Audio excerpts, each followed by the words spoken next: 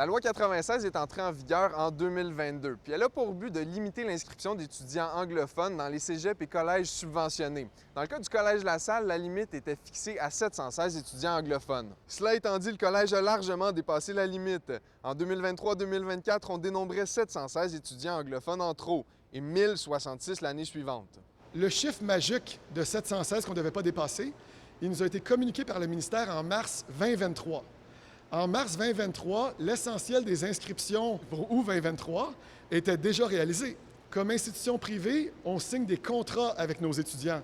Tous les contrats signés ne pouvaient pas être résiliés et tous les étudiants qui étaient déjà dans l'école, on ne pouvait pas les renvoyer chez eux. Dès que la loi a été mise en vigueur, on a pris les mesures en place, moratoire sur les inscriptions dans certains programmes anglophones.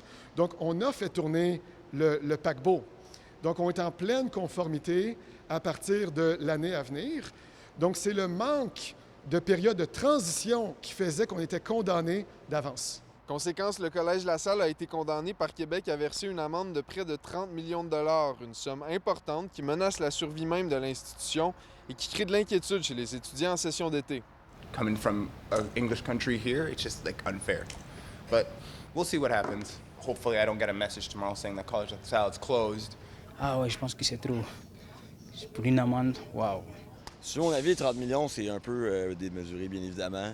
Je suis tout pour garder la langue française. Je veux dire, je suis un Québécois. Mais la seule affaire, c'est que je pense qu'il y a des mesures qui devraient être prises d'une autre différente manière. Le ministère de l'Éducation supérieure a décliné notre demande d'entrevue, mais nous a fait parvenir une déclaration écrite. Malgré un accompagnement serré et plusieurs avertissements, il importe de préciser que La Salle est le seul collège privé subventionné à continuer de défier la charte de langue française et à ne pas respecter la loi. Le dossier étant judiciarisé, nous ne ferons pas davantage de commentaires.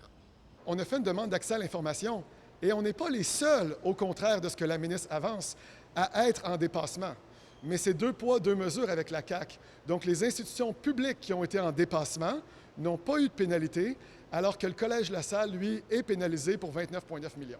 Des procédures judiciaires ont été enclenchées par le Collège La Salle pour contester les sanctions imposées par le gouvernement.